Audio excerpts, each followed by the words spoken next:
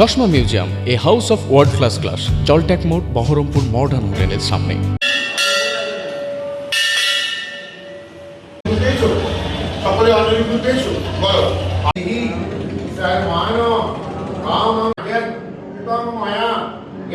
দেখতে পাচ্ছেন যে অন্নপূর্ণা ভাণ্ডারের জন্য যে আজকে আমাদের যে বিগত সরকাররা ছিল তারা যে একটা প্রভাব ফেলছিল, মিথ্যা প্রচার করছিল, আমাদের এই মেয়েরা তাদের প্রমাণ।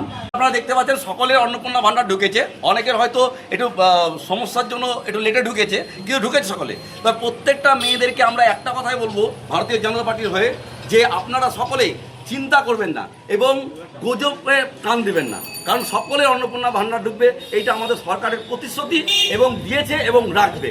এই জন্য আমাদের বিধায়ক সুব্রত মৈত্র মহাশয় প্রচণ্ড হারে পরিশ্রম করছে, আমাদের মুখ্যমন্ত্রী তিনিও প্রচণ্ড হারে পরিশ্রম করছে। এটাই আমি বলবো সকল মহিলাদেরকে বলবো যে আপনারা নিশ্চিন্ত থাকুন, আপনারা কোনো রকমভাবে চিন্তা করবেন না, আপনারা সকলের টাকা ঢুকে যাবে, তাই তো নাকি? মানে প্রথম যেদিন অন্নপূর্ণা যোজনা চালু হয় সেদিনই আমার ঢুকেছে, প্রথম 3 তারিখ, তারপরে 1 তারিখ, তারপরে 17 তারিখ। আমি প্রথম দিনই পেয়েছি অন্নপূর্ণা, আমার কোনো অসুবিধা হয়নি।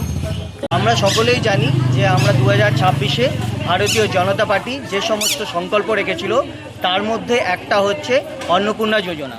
সেই অন্নপূর্ণা যোজনা নিয়ে বিরোধী দলের অনেকেই কুপ্রচার অপপ্রচার চালিয়ে গেছে, কিন্তু আদতে সেটা নয়। সরকারের একটু সময় লাগছে, কিন্তু আমাদের 9 নম্বর ওয়ার্ডের পক্ষ থেকে 852 জন মহিলার মধ্যে বহু সংখ্যক মহিলা পেয়ে গেছে, এবং যারা পেয়েছিল না তারা গত 17 আগস্টের পর থেকে এখনও পর্যন্ত সকলের ব্যাংক অ্যাকাউন্টে তাদের অন্নপূর্ণা যোজনার টাকা ঢুকে গেছে।